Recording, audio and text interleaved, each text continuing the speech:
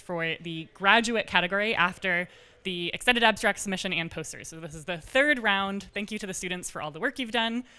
Each student will talk for 7 minutes. I will have an iPad with a timer, and I will cut you off at 7:05. So please try to stick to the time. We'll then have 4 minutes of Q&A per speaker. For those in the audience, I ask that you let the judges, who you know who you are, ask questions first. And then if there are no hands, non-judges can also ask questions. Any meta questions before we start? Great. You can go ahead and take it away. Okay, so hi, thanks for coming. My name is Andrew. I'm an undergraduate student at CU Boulder, and I'm going to talk about the process of developing a framework for extensible static analysis. So first, we got to motivate it. The current field of abstract interpreters, there are a lot of them that are really specialized to singular tasks, but they can't be reused for other tasks, and they can't really work together, and every new interpreter is built from the ground floor, and you have to restart. And so it'd be great if there was a way to reuse existing work in future work as you keep going. And there's also, it's very hard to do abstract interpretation across multilingual programs because most modern code bases, like C, is calling Python. It's not just all C. And so we need a way to do this interpretation, but it doesn't really work. So it'd be great if we had something that was extensible across both new languages, and namely language features is what I focus on, as well as new abstract domains. So if you created a new domain or you want to repurpose an existing interpreter for a richer domain for a better analysis or something. So there are some common difficulties with doing this. The main one is that features are often codependent. How you define the behavior for one feature often affects another, and if you add a feature or change a feature, sometimes you have to go back and change others. And then there's also fundamental differences in how separate abstract domains are evaluated, and so it's hard to kind of balance that in one interpreter. So it's very often you'll find something that can analyze like one language or a subset of a language, and you can tack on new domains really easily, or the inverse where you can add new languages and new language features, but you can't add new domains. And so my work is trying to do both of those. So developing an interpreter framework that's agnostic to both the language and the domain axes, allowing new addition of features without any code revision. So if you go back and have to change something, you've failed at extensibility. So this work kind of hinges off of Oleg Kiselyov's work on freer monads, where he modeled all computations as either completed or suspended. And so through this, he was able to avoid what he called unstable semantics. And so the suspended computations are all resolved by some external handler, and this is usually something to do with state or errors, and it allows the developer to define each feature in isolation. So every new feature doesn't know, and more importantly, doesn't care what any other feature can actually do. And it allows you to combine all these features without rigid layering. So his original work was in Haskell. I did it in Scala. So everything in this AST extends from this computation type, which is either, again, completed or suspended, requested, waiting for some handler to get it. And a common the first example is a request for an error. That's the first request type. And so my contribution is, how do I take this and parameterize it over the domain? So I want to add a new language feature like increment, which takes a number and adds 1 to it, but for some arbitrary data type D. And to do that, you define a type class, which is actually going to define your behavior for increment. So here we have the type class of domain ops, and that type class has a function called increment, and for every new abstract domain that I want to specify behavior for, I can specify a new instance of that type class. And so I here defined it for the concrete domain as well as the interval domain. And so this method allows you to add new features which don't work with any other features and define specific behavior for each feature dependent on domain. And so it doesn't matter as much like how they interplay. And so here, is how you would actually do it in both the concrete domain and the interval domain. Both of them evaluate and give you an actual answer. So what did I do? First, we used freer monads for the extensibility of language features, which is great and allows you to compose all these things really well, but it does bring along a little bit of complexity that could be unwarranted. I think a little more work is needed to be done for that. And then I use type classes for easy definition of new domains and new behaviors. But these have a large overhead. On the bright side, though, they dispatch to the correct evaluation, which some of the current state-of-the-arts don't necessarily do. This is very much a work in progress, so it's currently very small scale, only for a few features, and I want to expand it more. So what does it look like for richer domains, maybe relational domains where variables aren't mapped one-to-one, but it's like x is greater than y? What does that look like? As well as more comprehensive languages. So how can I scale this up to a full language and see how it actually would interplay between all these things? Thank you.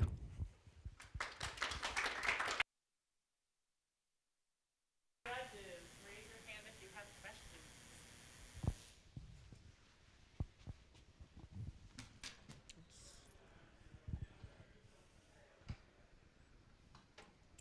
Okay, oh, yes.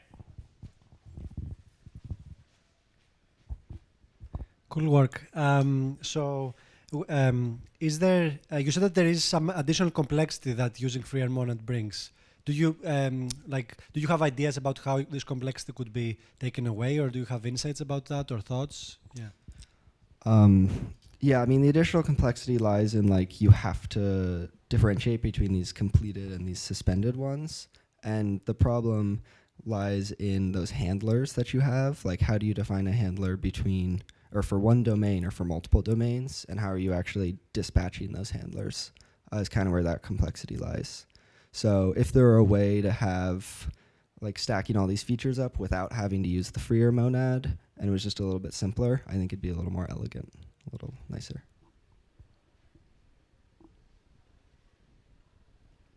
Other questions? Max, do you have a question? All right, go ahead. Cool. I have a curiosity over how this work would relate to extending an abstract interpreter or an interpreter using tagless final approach. There's also Kislov's work.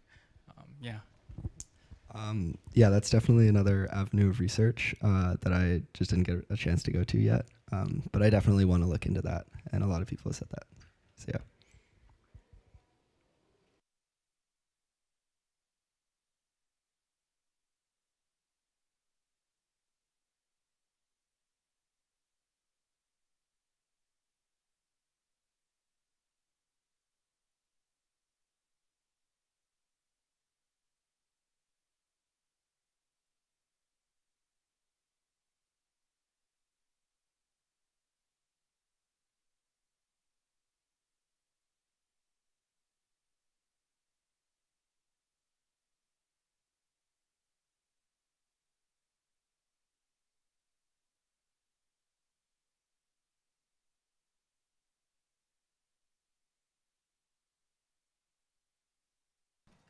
Can you see it?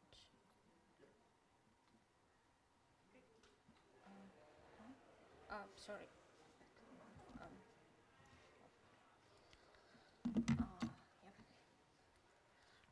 Hello. Hello. My name is Ludmila. I'm an undergrad student from Lomonosov Moscow State University, and today I'm presenting you my work called ACE-Coda, Abstract Syntax Tree Convolutions Operating on Domain Attention. The problem we are exploring is the code annotation problem. That is, given a collection of programs, each of them is assigned some tag from a predefined list of tags. We'd like to understand which parts of these problems correspond to the tag being assigned. Maybe let me illustrate it with an example. Imagine a student is given the algorithmic problem. He's trying to solve it, but his program fails some test. So the question is, which lines of this program contain errors? There are a few key points here. First of all, these features, like in this particular case, features are erroneous lines.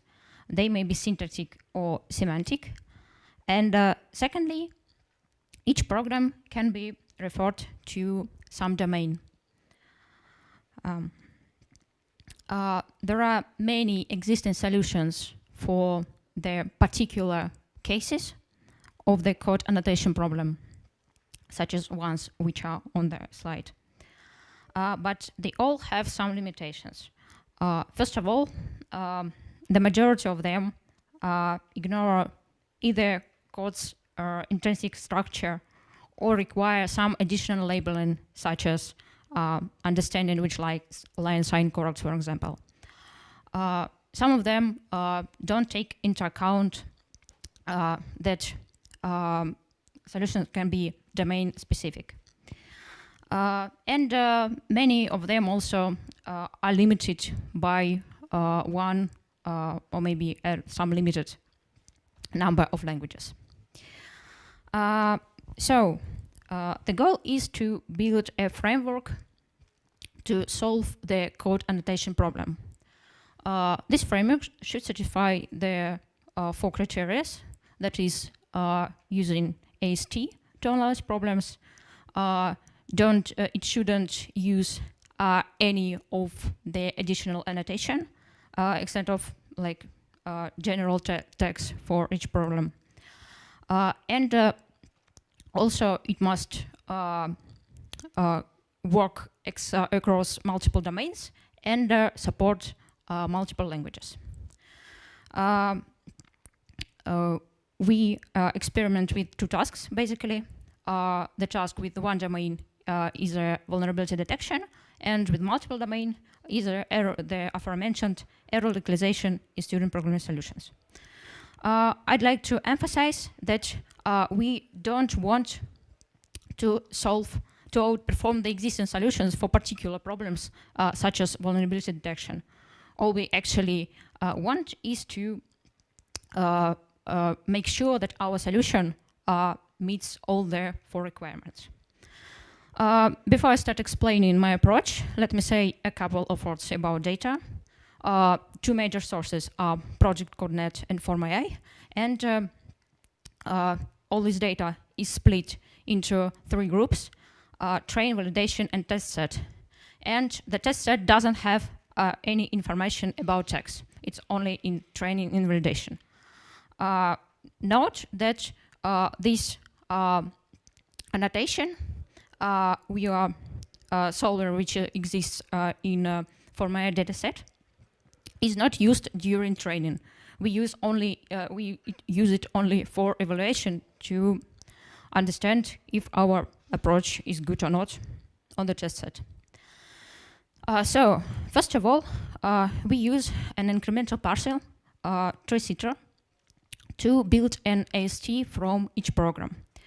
And it's great because it supports more than 100 programming languages. Each program is represented as a sequence of AST tokens, that is, sequences of nodes from top to the bottom of the tree. And our research question is the following: is this tokenization actually better than an ordinary one, token-based? So after we extracted AST tokens, we pass it to our model, the convolutional neural network with attention. We experiment with both pre-trained and word-to-vec embeddings and embeddings learned from scratch. And after the model was trained, we hypothesize that the higher attention weights the features we extract have, the more important for the predicted tag they are. So there must be some threshold after which the feature is relevant. And the research question number 2. So for the prop task of error localization in student programming solutions, the model effectively discriminates among domains. And also, it turned out that ACE-based tokenizations outperformed their ordinary tokenization. Also, I should mention that portrait embeddings helped on small datasets, but provided no advantage when used for larger datasets. And one interesting feature that ACE tokens naturally classified by structural similarity. For example, here, orange are classes or structs and green are functions. For vulnerability detection in a single domain settings, AST tokens offer little to no improvement actually in annotation quality.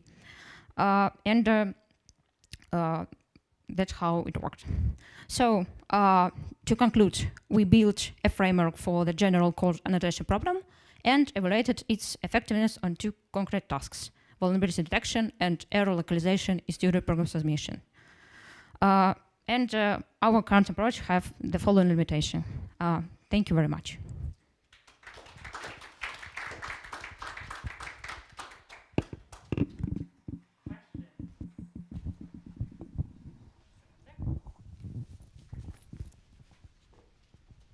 Hi, thanks for the great talk.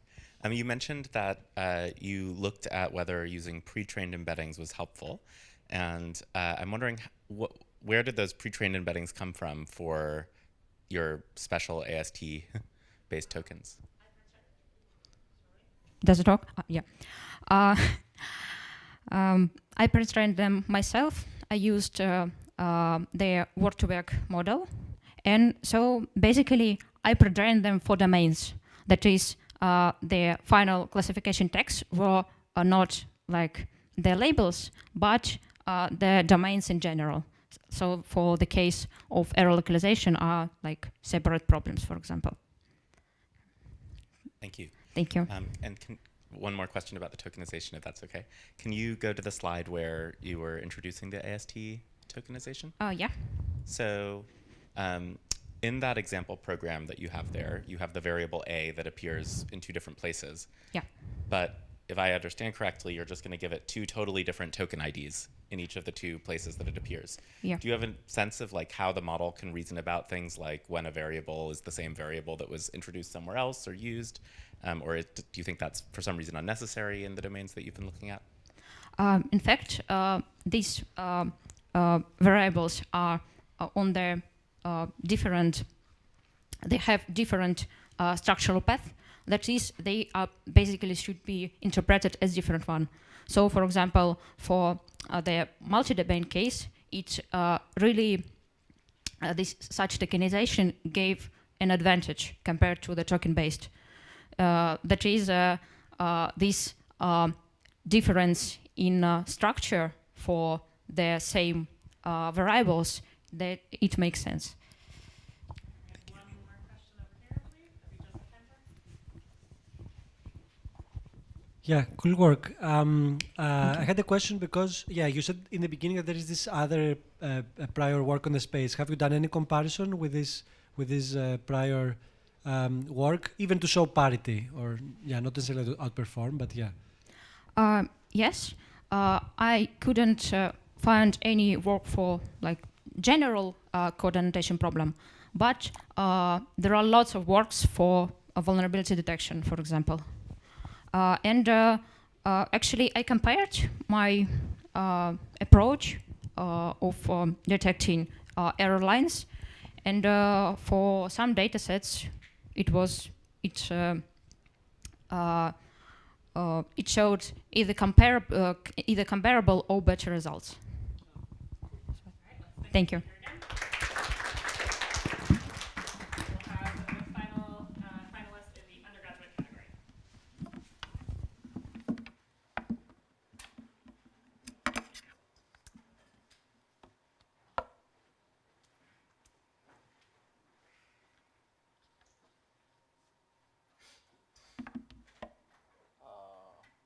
I don't have this.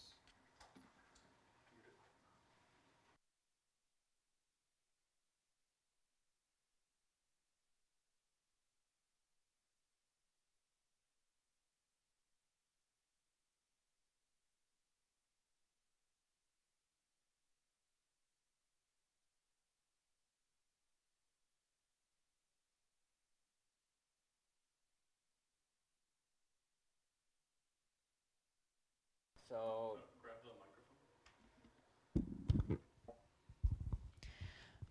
Hi, so I'm Jam Kabir Khan. I'll be presenting capabilities as first-class modules with separate compilation. Work is supervised by Bruno Oliveira. So let's walk through the background. So typically when it comes to lambda calculus, we use something called substitution-based semantics. So whenever you encounter a bound variable, you keep substituting it for the value that is applied on the lambda.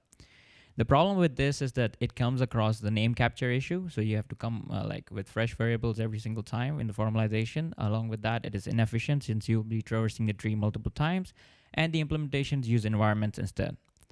Lambda calculus presented in Uppsala 24 uses environment-based semantics, which bypass this problem, and they basically make environments part of the semantics instead of using substitution. This reduces the gap between implementation and theory, and makes the formalization easier since you avoid the name capture problem, and also enables first-class environments. This work, NCAP, is basically trying to demonstrate the expressiveness of first-class environments and the lambda calculus. And our contributions are design and implementation of a language with first-class environments, capabilities, and first-class modules, along with separate compilation in Haskell, and type-directed elaboration of core NCAP to lambda E, which is formalized in Rock, and the in-progress work is also formalization of separate compilation and linking mechanism.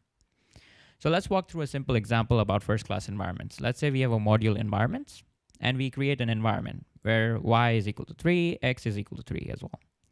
And then we have a let expression with the bindings x and y as well, where x is 1 and y is true. But let's say we want to find the difference between the x that is defined over here and also the new environment.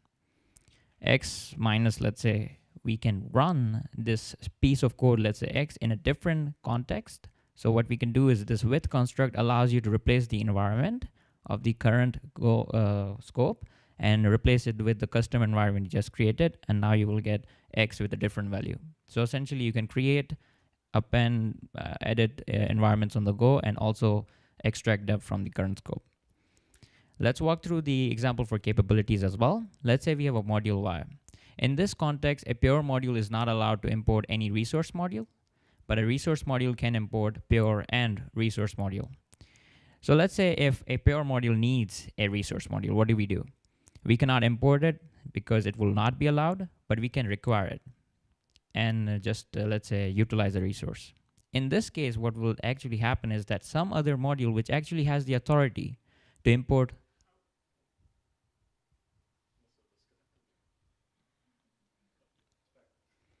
Okay, so let's say some other module that has the authority to import both of the modules will import both of these and pass the specific module that y needed into it and instantiate and open just like OCaml, and then we can utilize the value inside. And then let's look at the separate compilation as well. It is just similar to C++ with header files and OCaml with interface files. And in our case, it's much similar to OCaml. And the main goal here is to how to demonstrate the expressiveness of first-class environments. The first challenge we are trying to address is, let's say, usually capabilities are implemented with an object calculus. We are trying to do the same, but instead with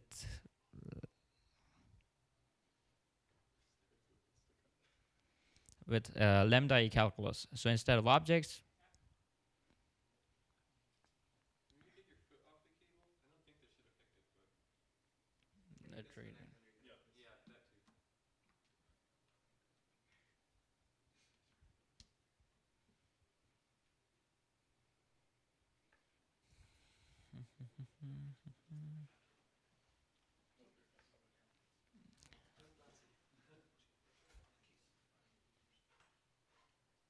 all right. Okay, so the first challenge we are trying to address is implementing capabilities without objects, instead using first-class environments. The solution is to just enable first-class environments and sandboxing mechanism and elaborate it to the lambda calculus. The other one is also enabling separate compilation and linking directly in the core, instead of having an external or intermediate step that usually enables separate compilation linking. We do this with first-class environments and dependent merges, which are also part of the core. Then what we do is we enable type-directed elaboration from NCAP to lambda E. We take the syntax of the core NCAP and we elaborate it to lambda E, and this process has been mechanized in Rock with the following theorems. First is type preservation, and the second one is uniqueness of type inference. And then we have uniqueness of elaboration as well. All have been formalized in Rock. Then we also have language features like first-class environments, modules, functors, capabilities, separate compilation, along with other features like recursion and algebraic data types, union types, etc., etc. The implementation architecture looks like following. We have the source syntax, which goes over the parser. Then we do the dependency resolution with some graph algorithm. And the type alias expansion is performed after that. And then locally nameless transformation, finally desugaring and elaboration process. And then also core level linking. This is the architecture for the Haskell implementation. And then the ongoing work at this stage is basically formalization of separate compilation and linking in Rock, and also formalizing authority safety proof for capabilities, which essentially guarantees that the capabilities are also restricting the effects that any code base can have. And it doesn't allow it to violate any, let's say, have more effects than it has been passed into it. And it will also be formalized in Rock. So that was the presentation overall. And thank you.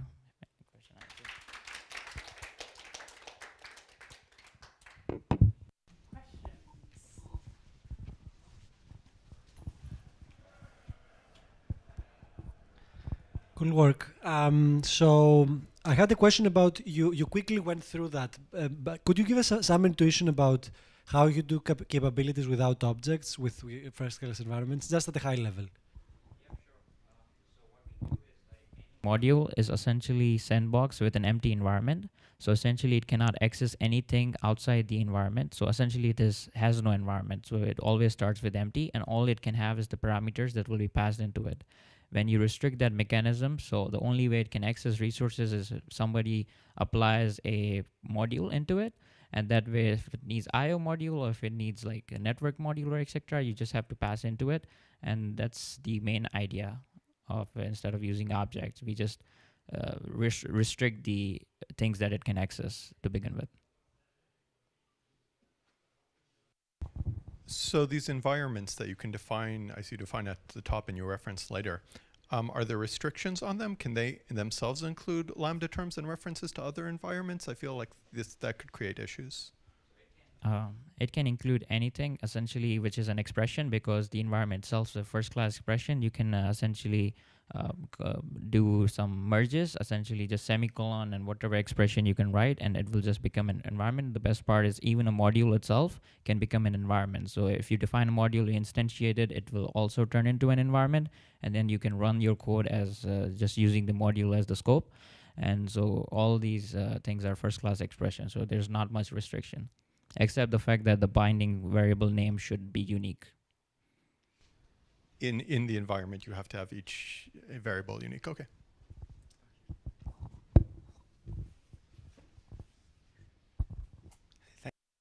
So in the body of that with expression that you showed, can I have variables that are not defined in the environment in the with? What is the scoping like for that? So that would cause a type error, because the environment has to be, like the code inside would not be well typed, in the sense that the variable would be a free variable without having the same in the environment. So that would not be well typed. It will lead to a type error.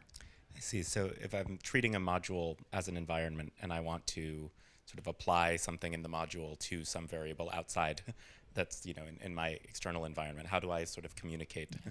So one way to do that is to create a new environment. So take the module that you were supposed to use as the environment, concatenate whatever you needed from the previous environment, and then utilize inside your new scope and just apply the operation directly. Great. Thanks. Time for one more quick question. If not, okay, let's thank the speaker. And with that, we will move to the graduate category.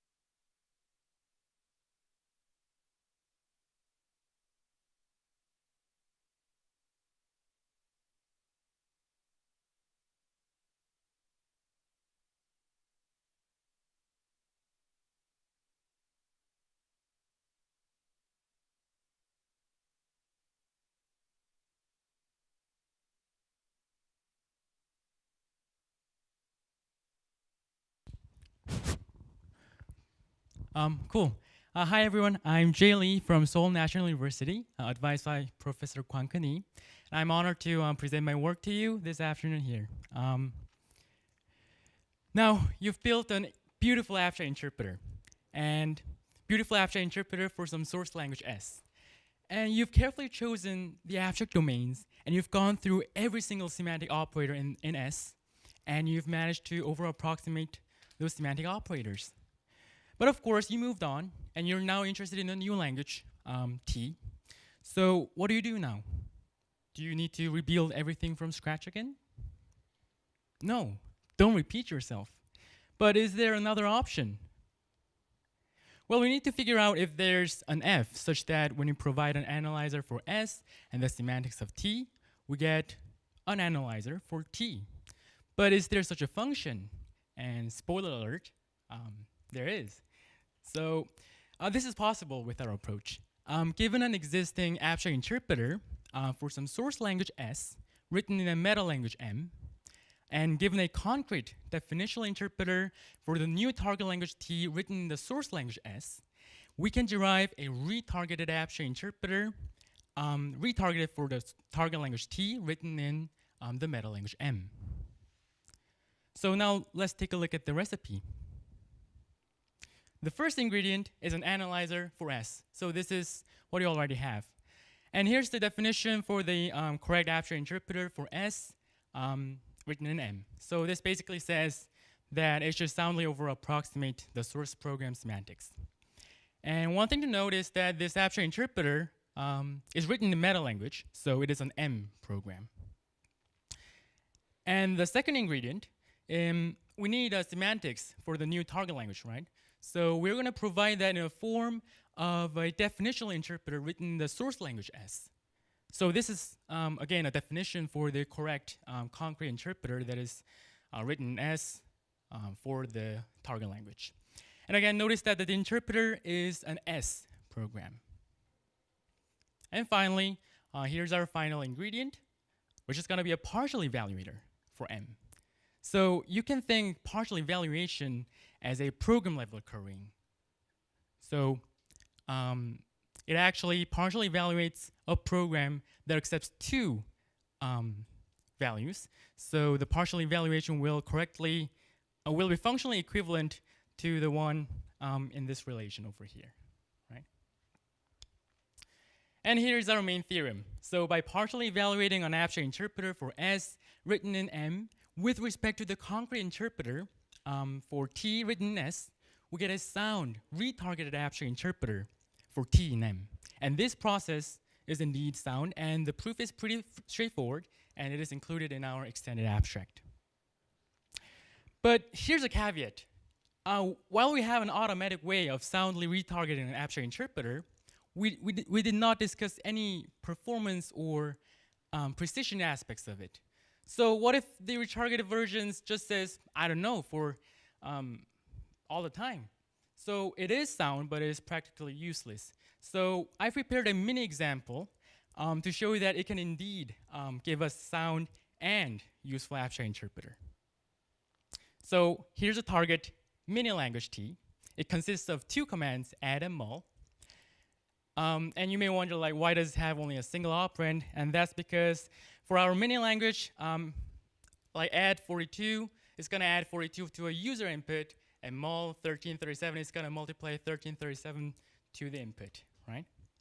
So here's the entire semantics of T, and the value domains is going to be the integer set. And then we should have a source language. So it's a single variable, which means that it only has a single variable named x, and it does not feature any loop. And it's equipped with arithmetic operators, tuple constructors, destructors, and a conditional. For example, x.1 is going to extract the first element of a user input, and if x.1 equals 0, x.2 else 0, it's going to return the second element if the first element of the input is 0, and going to return 0 otherwise. So here's the entire semantics. It's pretty straightforward. And the base values here, again, are integers. Great, so but before we write a definitional interpreter for T and S, we need a way of encoding T expressions and value in the source language S. And this is also straightforward. We can tag an operation code with the operand as a tuple. So we use 0 for add and 1 for mul in this case. And the value encoding is simply an identity function in this case because we share the same base values integers. So for example, addition 42 is going to be encoded to a tuple of 0 and 42, and similarly for the second case. So now it's time to apply our recipe. I'll show you the second ingredient first because it's a bit more simpler. So we check the opcode in the input program, which means, so the input program is represented as x.1, and the opcode is going to be in the first component of that. So if it is equal to 0, meaning that it is equal to the opcode of addition, we're going to add the operand x.1.2 to the user input x.2. And if it's null, we're going to multiply. So this is an example of running the interpreter with x, that is a tuple of encoding of add 42 and 1337. So this actually agrees with the result of applying add 42 to 1337, which is 1379. So now back to the first ingredient. It is a typical abstract interpreter, which is parametrizable with the base value domain and abstract operators. And now let's partially evaluate this one with the definitional interpreter you just saw. So if you look at the top level construct of the interpreter, it's going to be a conditional, and we substitute into E and unroll it, and we repeat it until we get the retargeted abstract interpreter. And this is probably the same one you would have come up with manually. And we can observe two interesting features here. First of all, the interpretative overhead is entirely eliminated. And second, and more importantly, the abstract operators originally for the source program is retargeted to analyze the target program. So these are some future works, 1, 2, 3, and 4. I'm sorry, I'm running out of time here. So yeah, so that's the end of my talk. Thank you.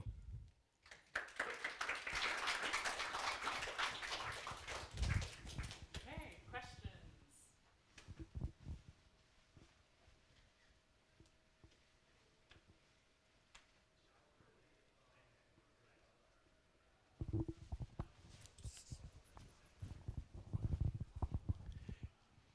Can you elaborate a little bit on what it would take to be able to, what you would have to change in both source and target language in order to include additional language features in this new language you're trying to build an interpreter for? Yeah, okay, so basically we're gonna have, what you're trying to say is, if there's a new language feature for T, do we need to accommodate that change That into within S, source, right? yeah. So, well, in our scenario, we're just trying to say, like, if there's a pretty expressive abstract interpreter that already exists, we need to be able to target the T language prime augmented with a new feature as well. Because we're still going to be able to write a definitional interpreter for that T prime language, right, in this framework. So it means that the analysis will be still possible, although using pretty much a little bit more complex encodings, which may lead to precision loss. But still, it is possible in this framework. Okay, cool.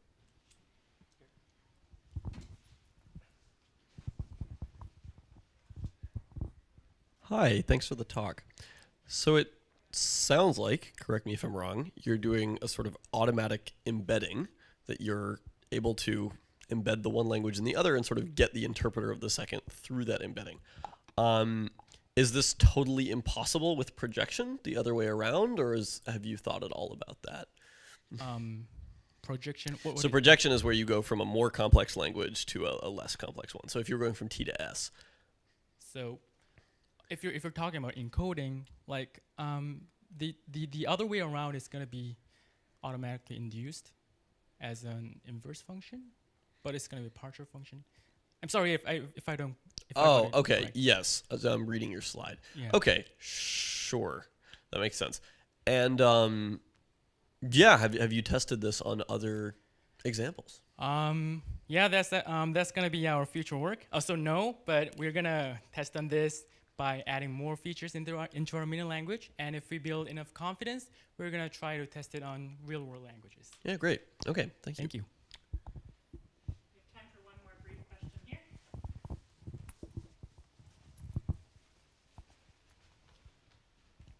Are there, as you think about testing it on other languages, are there existing expressive source languages that you think would make sense to use that already have good abstract interpreters? And do you think they could handle abstractly interpreting through a complex definitional interpreter of some target language? Yeah, that's a very important question. But well, we have a lot of abstract interpreters for C, right? So we may be able to choose S as C because there are plenty of abstract interpreters for it, and it's pretty expressive. Although I'm not a fan of it, but yeah, there might be a choice for that. All right, let's thank the speaker again. Thank you, everyone.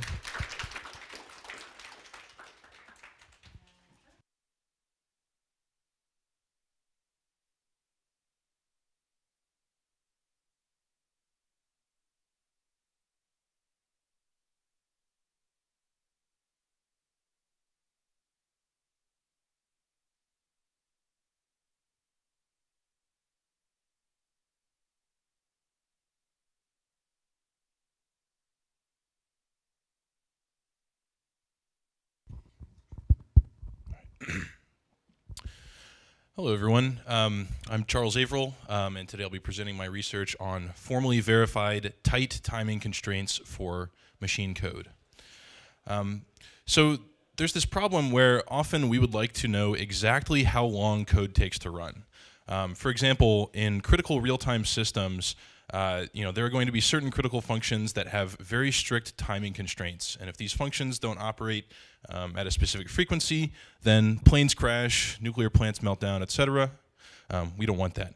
And in cryptographic systems, if you have instructions or control flow branches that have differences in execution time, sometimes you can leak secret data to an attacker. And we really don't want that. There do exist techniques to mitigate these happenings. For example, for real-time systems, you can do a worst-case execution time analysis, which is where you just try to figure out what is the longest possible time that this function could take to execute. You get an upper bound.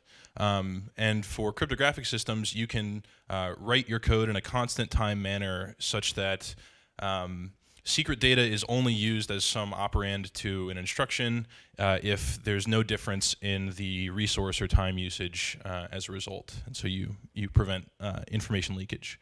However, neither of these approaches gives you any kind of formal guarantee about the timing behavior of your code.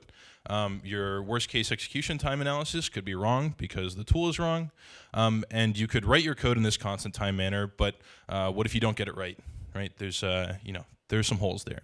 So what we'd really like to do is be able to write a machine-checked proof of exact timing behavior at arbitrary levels of precision. And that's what I'll be presenting today. So how do we do this? We use the Piccaninny framework, which is an existing framework in Rock for proving arbitrary properties of machine code. It's very expressive. It has separation logic and linear temporal logic built in. We operate on a Rock-defined intermediate language that is very similar to Ghidra P code. So Piccaninny ends up being architecture agnostic. And we ensure full code coverage by requiring the proving of goals for every single execution branch that could pop up. So how do we actually use this to get any kind of timing guarantee? Well, we take the linear temporal logic functionality of Piccaninny. We take an abstract trace for a program, and we map on this time of instruction at address function onto the trace. So this function will look at an address in the trace, the instruction that has been executed, and it will map it to a number of CPU cycles. And you end up with this property that says that the time up to this point in execution. I stepped on the cable, I think.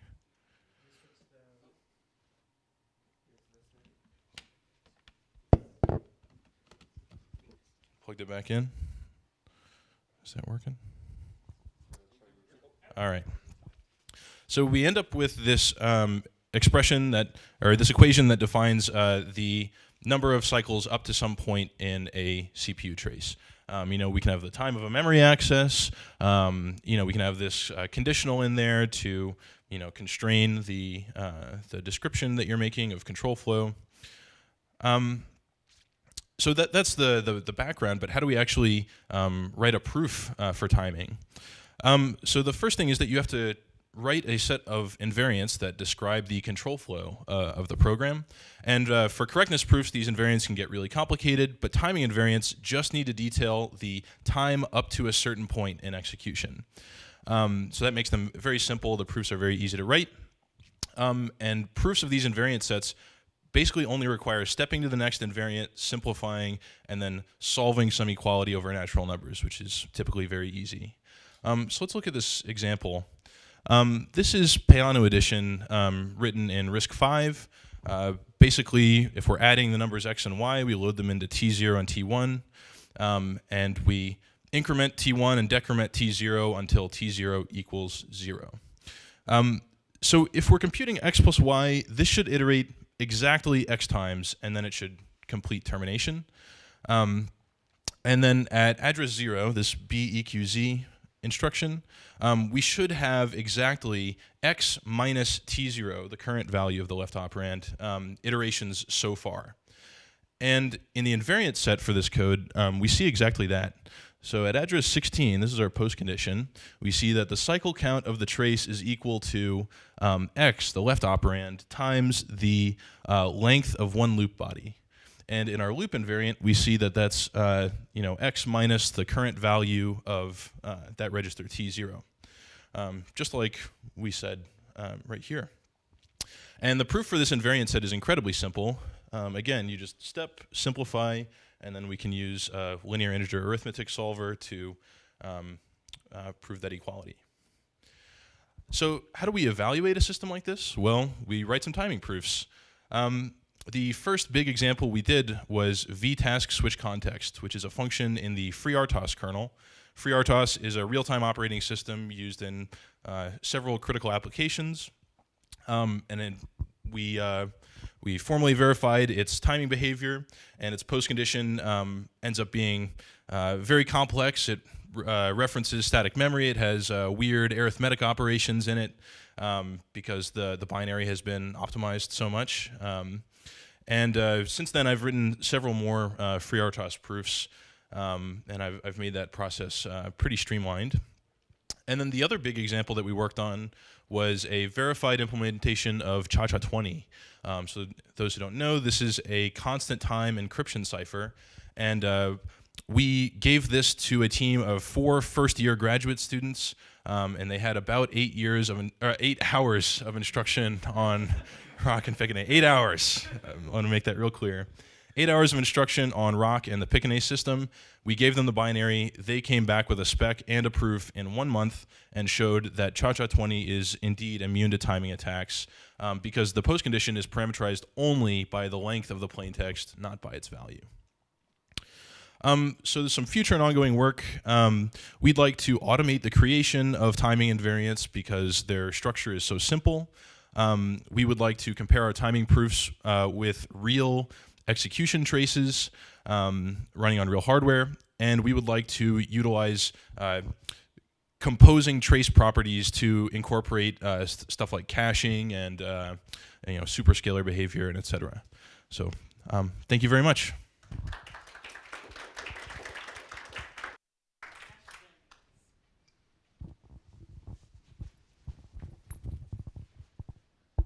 Hey, thanks for your talk. I really liked it. I'm curious how you deal with operations that can take a variable number of cycles, like memory loading or maybe branch prediction.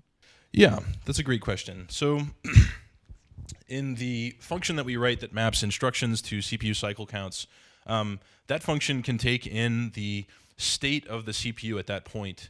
And so for the time of a branch instruction, if the time of a taken branch is 5 cycles and the time of a fall through is 3 cycles, we can basically compute the branch result in this timing function, and we can say, if the branch condition is true, then 5, else 3.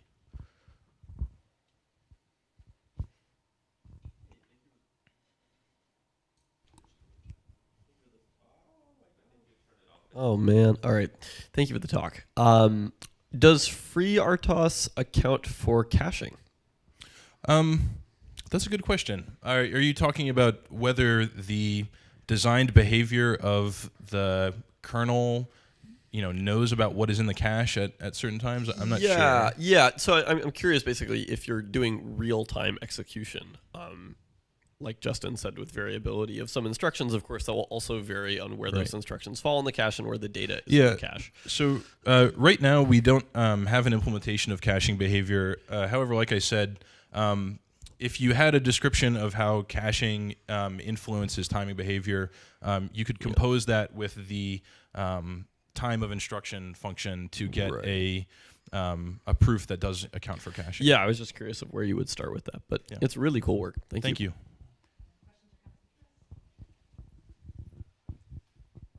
Following up, cool work. Thanks for the talk. Following up on the previous question, being able to handle instructions that have variable timing, that probably complicates the proofs, though, right? Or not really?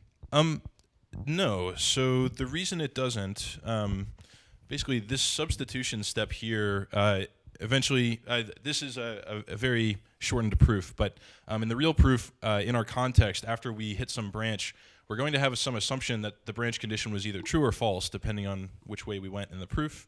And in the goal, it's going to have that if statement from this function, because it's, we've hit this variable length instruction, a branch. And because we have in our assumption space that the branch condition was true or false, we can substitute that in and resolve that if else. So TLDR, no, it does not complicate really. Hi, thanks for the talk.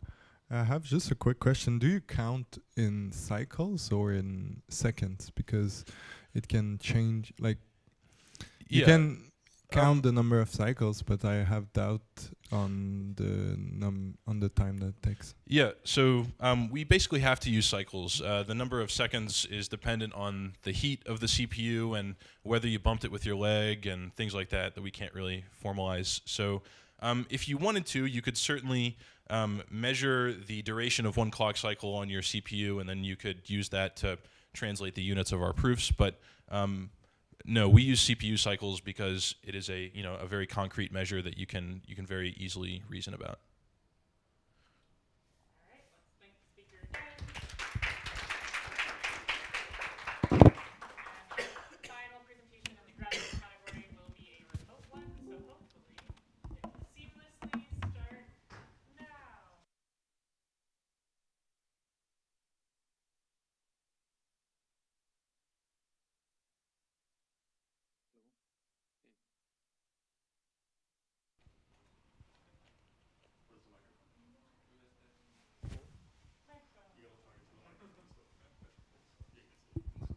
You can start. We can hear you. Go ahead. Oh, hello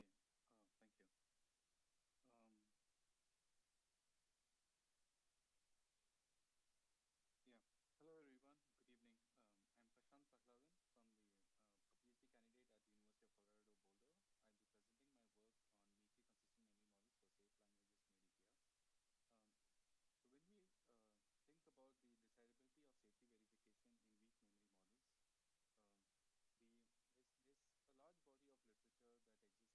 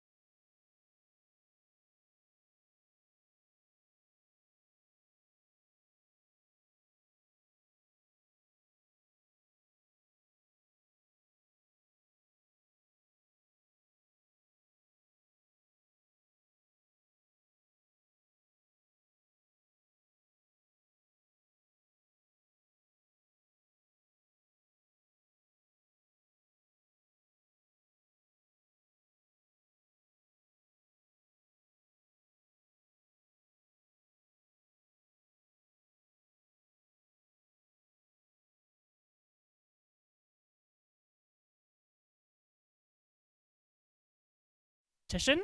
So I will ask everyone to leave the room. The judges will deliberate, and then the winners will be announced at the banquet tonight that is open to everyone. So stay tuned for the winners, and thank you everyone for coming. Final applause for our speakers.